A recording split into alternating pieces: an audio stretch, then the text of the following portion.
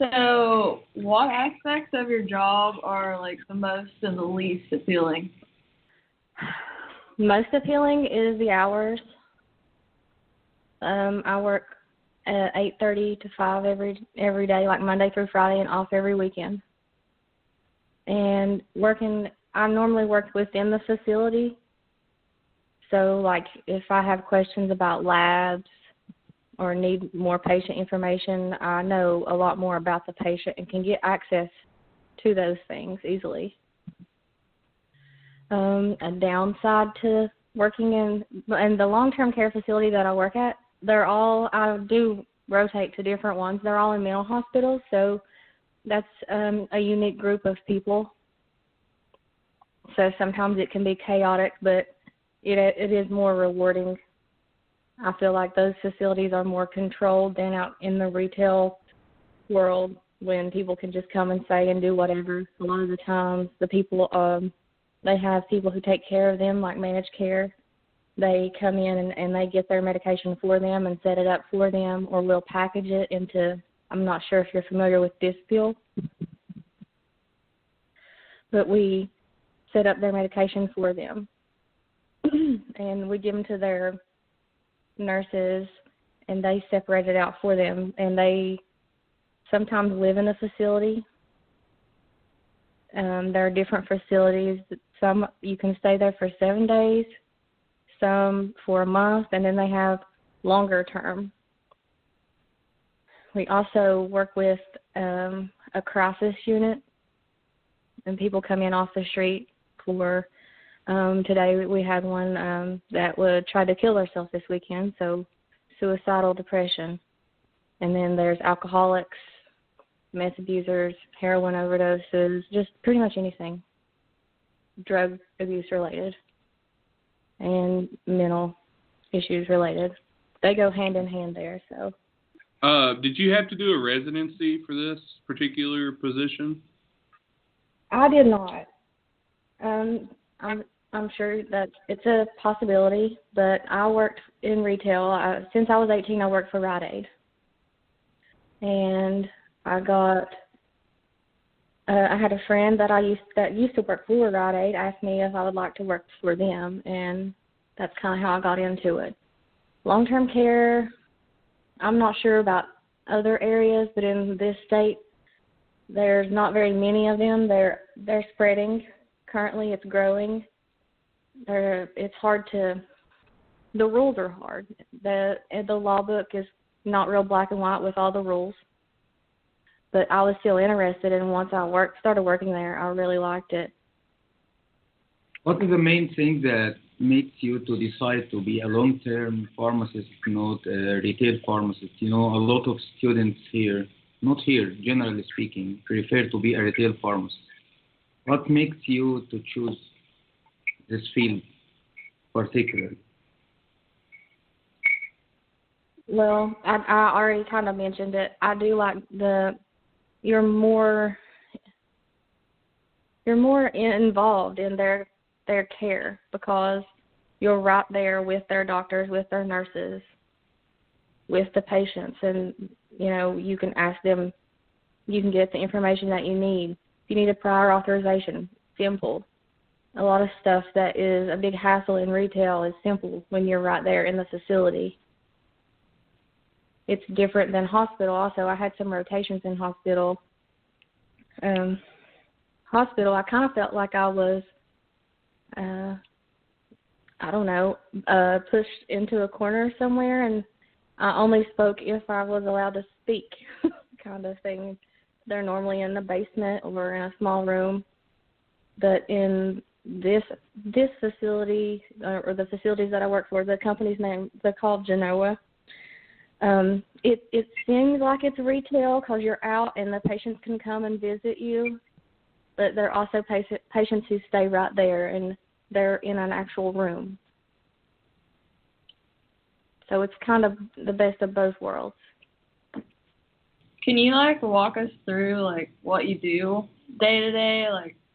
Do you round or anything? We don't do rounds. They send us in the morning. We normally get new admits, and it starts with we have a crisis unit, people who are admitted overnight, and we fill the medications that they need that they don't already have on hand. Then throughout the day, the prescribers that are there, they still see patients regularly like a clinic, and we get their medication while they're being seen, and then they come down to the pharmacy and pick their medication up before they leave. And sometimes it gets off where the patient will have to come some other time in the middle of the month if there was a immediate change needed. But a lot of times we try to keep the appointments. Sometimes they do refills, sometimes they don't. If they don't do refills and they meet every month, then that works out great. But sometimes it gets difficult. So we do call the patients and ask them if they need refills because they need more. Some of them need more help with, they have poor adherence because they can't keep up with a lot of their things. Some of their disorders or whatever's going on in their lives, they forget. And then throughout the week, we have an emergency kit that we keep in the crisis unit, which has probably 35 different medications in it, and we will keep that supplied. Some places keep it. It's normally twice a week, but sometimes you need more of whatever, so we stay updated with what the nurses are using in the crisis unit. What was the biggest challenge you faced when you first started your career as a long-term pharmacist? Learning the computer systems. They work. It's different. It's different than hospital and different than retail. It's kind of hard to explain. Billing's a little different, but that's kind of. I've worked in a lot of different pharmacies, kind of filling in, and that's always a challenge. It's just a perfect mix between hospital and retail, and it has all the capabilities, our system, to be the same exact system as the system that the facility has, but they don't. Most of the places that I've been, they are not willing to use the system we're using. So some locations I go, they have two systems. So they have the hospital talk system that is already set up for the facility, and then the pharmacy system. So I have to look at two separate systems to make sure everything kind of matches up. So okay. I think more work needs to be into that part, because that's a challenge every day, is me trying to figure out, I know that you can do this, and this is a law. I need to get this done, but I can't figure out how to get the systems to let me do it. But within being in the challenge being long-term care, there's not too many. I just enjoy being in long-term care more so than retail. Like I said, I get more information. I get a communication with the doctors. I one-on-one with everyone. So, since you said earlier, there isn't a lot of long-term care facilities and stuff, I'm going to assume there's not a lot of pharmacists working in long-term care either in West Virginia. So do you have trouble finding a replacement when you need a day off or something like that? Yeah.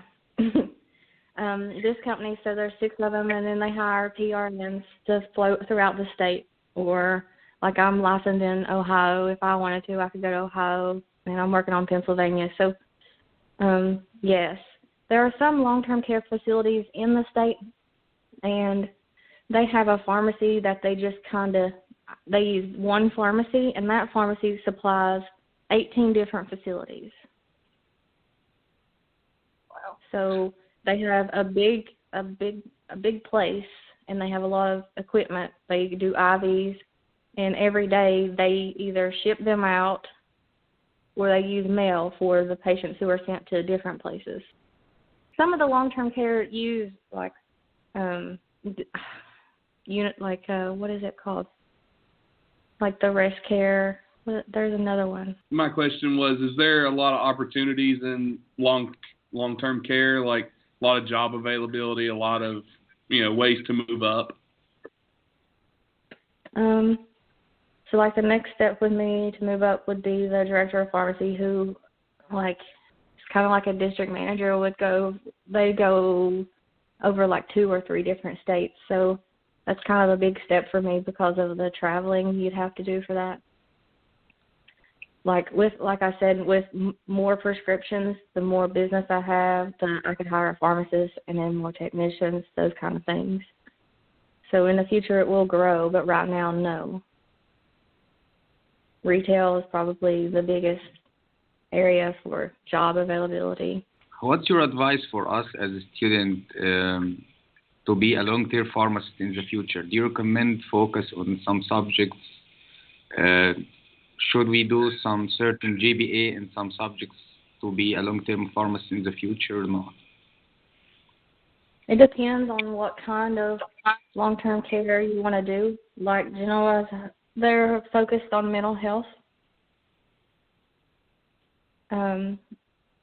Something that did help me, I took drug diversion, the doctor, our professor that taught us that, well, he's not there anymore, so I'm not sure if you guys have that elective or anything.